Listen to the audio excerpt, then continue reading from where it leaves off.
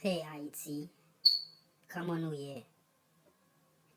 Mwen rele Henri Christophe. Gen bel nouvel pou nou. Un nouvel kap chanje Haiti. Un nouvel kap chanje kolè noa. Un nouvel kap chanje eksisten. Tout peyi ki noa. Haiti, li lè pou leve al fè sa pou fè. Tan vini. Oui Haiti, mwen se Christophe. Reincarnation.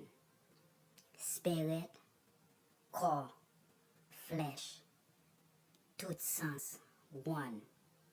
Divine force. Tout intellect, IQ, tout bagay net. Oui Haiti, nou la. Haiti chéri, moun Fransa yo, ya pesekite la vim. Haiti chéri, mka fe bagay rive, ou men ap di, ou men nan Freemasonry, ou men nan gouvernement nou menari. Ou ap di, e gwo moun ou ye. Haiti chéri, moun blanc sa yo ap pesekite la vi chéri yo, Jean-Jacques Dessalines.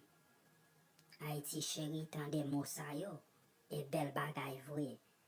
Kanan peyi ki fe maji, e vwe, mba we maji sa prive nan. Men menm la, mwen chita nan ofes mwen, ap travay nan papye mwen, moun blan ap pesekite la vi mwen, ap pale avem, ap fe Freemasonry. Oh, Haiti, mwen moun blan sa yo ki gwo. Mba remen sa men. Fè sa pou fè Haiti.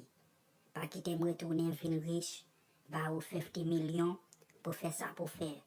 Sa pa bon as an nasyon. Sa nik pa bon, ok?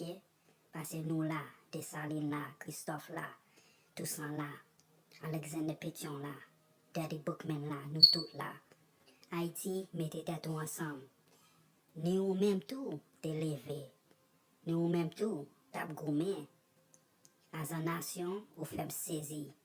Kanan peyi, jodi a e fet li, yo ap touye moun Haiti, se yo ki te leve. Yo di yo fe maji, pa we maji. Yo pa menm konen fet yo. Yo pa menm konen chéri yo, Jean-Jacques Dessalines retourne. Reincarnation se vre. Haiti, I love you. Ou wè sa ma fe. Gade foto mwen, kompren tout bagay. Ou gen zami, ou gen moun ki nan gouvernement. Ni kal cheke, li pap tou yo sou cheke. Ba bezon l'ajan nan moun. Ni bezon love ou.